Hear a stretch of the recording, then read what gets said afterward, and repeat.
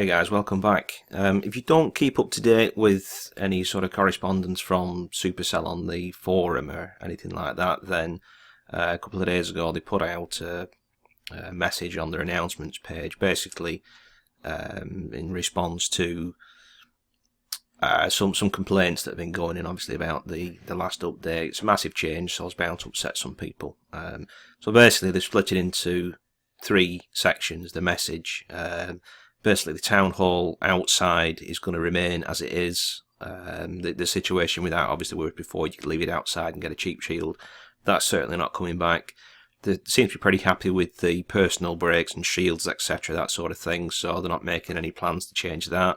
But what they are looking at is some way of us being able to upgrade our bases. I mean, at the minute, it's fairly difficult to keep loot, as I'm sure you're aware, so that is, according to this message, at the top of their list to sort out. So, shortly there should be something coming on that. There is another announcement that they made.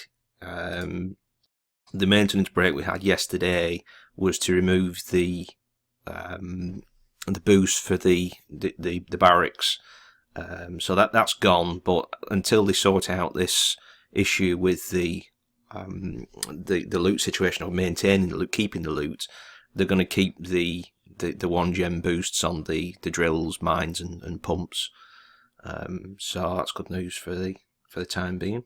Okay, so we're going to get into looking at the war against Israeli players. We smashed the arse out of them in this. Unfortunately, because of that maintenance break I've just been talking about, it means that the majority of the replays have gone. So there's some decent attacks that went in. So fortunately, we won't be able to show those, but we do have some that we can look at. So we shall jump straight in. We'll have a look at Lee's Raid and then number 19. It's just a go white, but like I say, we're struggling for replays. We've got 6 replays to have a look at. So we shall start with this one. She's gone for the lure and the clan castle.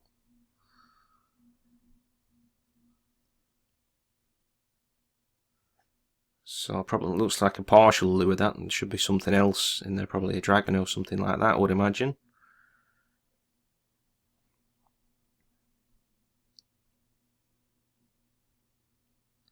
So I would think, if you, rather than sending in one hog, which has got fairly limited sort of hit points, if you send in a giant, it's going to come straight to this wall, start knocking on the wall, and that should be within range of the clan castle to trigger that. So if you send in a giant, that should stay alive long enough to get the full lure on that. But we'll see what else is in there.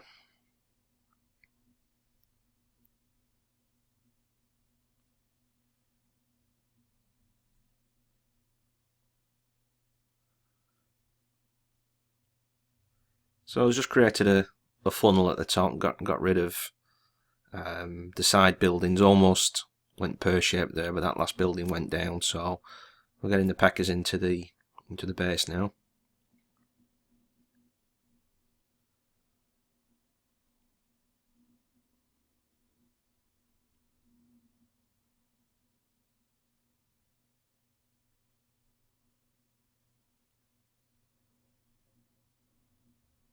So crunch right through the base. I mean, the defences that were on the outside aren't really hitting the inside, so they're progressing through the base pretty untouched now.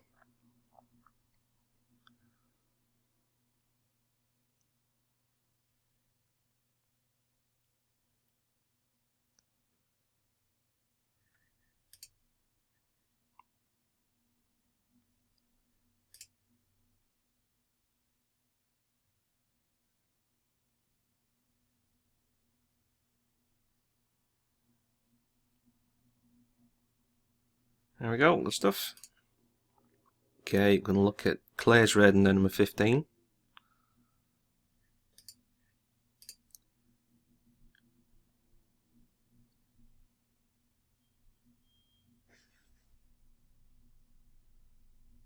So Obviously, again with the seems to manage the partial lure because he's sent in the hog there. There's always an option to send in two. But to be fair, I mean, Clay's got decent level troops and decent level heroes, so shouldn't have any problem, you know, even not drawing out the clan castle there.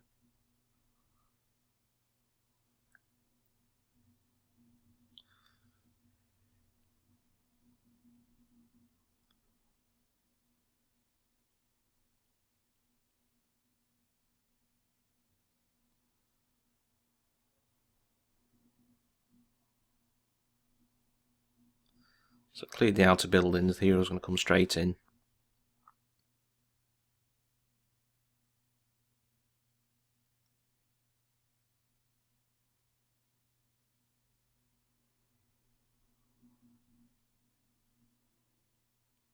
A bit twitchy that way. You've got the clan castle and the arch queen sort of together, and that's quite a strong combo.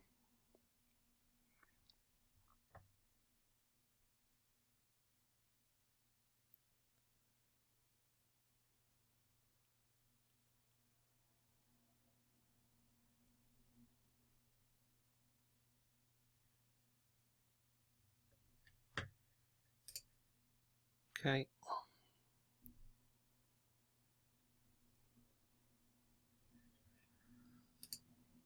Okay, gonna look at, this is the last raid of the war, last few minutes that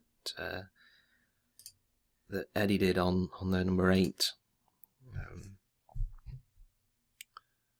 It's quite an open base. Eddie's got level 3 witches, and there's an inferno on single mode there, so it's quite inviting for the new witches. Fairly strong. So we'll just speed through this a little bit. So just clearing some of the outer buildings, making sure that the troops he's going to send in don't kind of go around the outsides.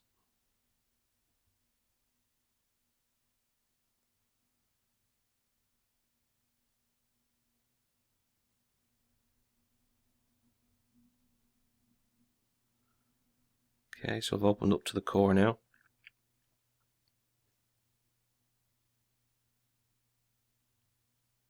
So I know there's no giant bombs in there by the troops who've already sent in.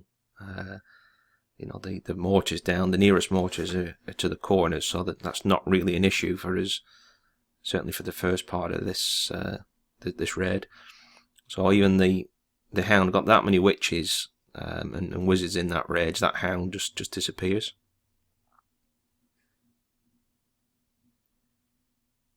I thought this had gone kind of pear-shaped at the start because everything's kind of split. But starting to come back into the core now. So they're all indecisive which way we're going to go. Some will go this way, some will go this way.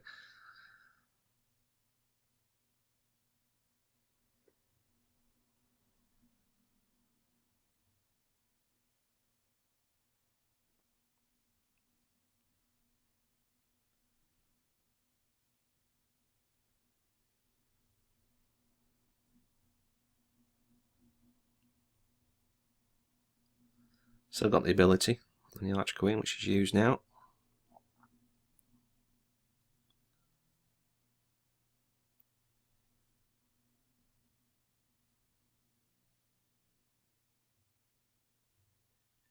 So as soon as that mortar's down, it's game over for this base.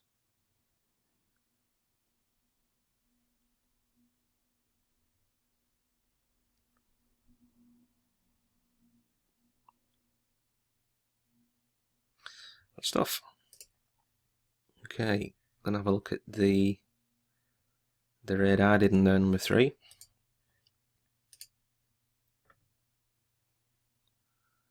It's fairly straightforward. 6 golems, 4 jumps.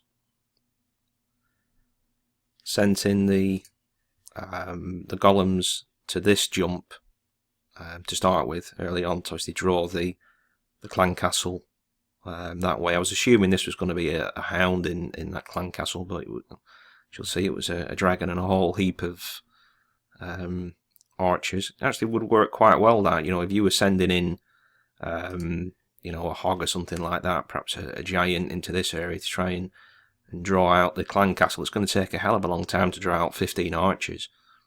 So that may be an option for some of us. The Barb King is going to get sent in this way, and his main job in this is to take out the Arch Queen if she's still standing, but mainly is to rush this compartment and take down the single Inferno. Now the single Inferno only reaches about halfway across these two buildings here, so basically as soon as the Barb King has taken down these two buildings and making a move to go into this compartment, he's going to get boosted, because I don't want to get him in there and get the single Inferno kind of latching onto him. So sticking in the extra 8 or so barbs or whatever it is, just kind of provides chaff, if you will, to let him get that down. So you'll see the boost go down on the Barb King basically as soon as he's going over that compartment. So the Arch Queen's down anyway, and there's enough stuff in there that he's not actually getting targeted at this stage, so that's good. So, you know, his job was to get that Inferno down, and he's actually going to do some damage on the town hall, so that was a bit of a bonus.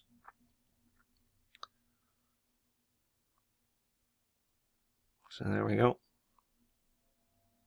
So attack from this side, it does get the Eagle Artillery down sort of early on, although it's not that big of a deal. Rather than this side hitting straight towards the Archer Queen, where you're going to struggle to get the 50% from this side. So I went in from this side, and basically you can see half the base is gone. So that's the thinking behind that. Okay.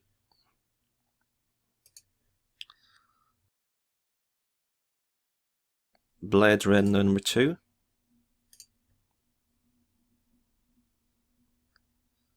Familiar layout, but I'm always wary of these sorts of bases with the sort of forced bases to the town hall. They do at times make your Archer Queen want to go around the outside.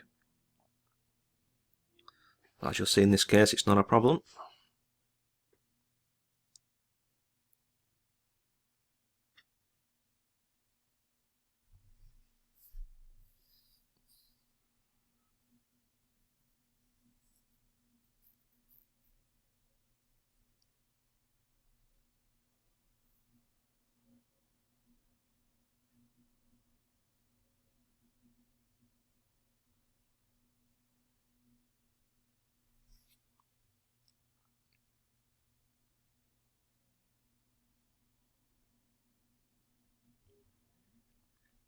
So we've got multi-target Infernos, and they're trying to melt maxed heroes, and just not having any effect at all. So you got some golems in there and some max heroes. It's a complete waste of time.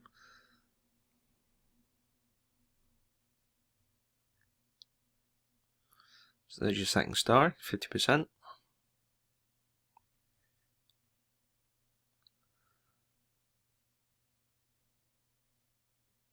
Oh, I didn't see he sneaked in the healer in there. That's a good call.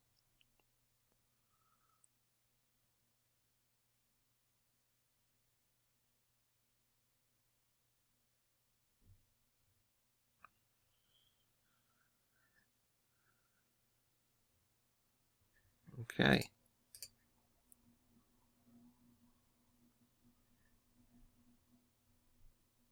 Okay. Alright, so we're going to call that a day, guys. Like I say, really good result there. I think that is officially the highest score we've got with 40 raids, 20 v20 raids, wars rather.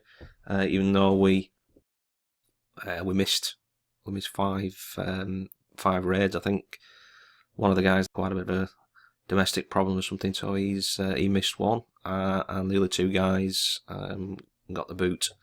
So it is what it is. There we go, and we shall catch you on the next one.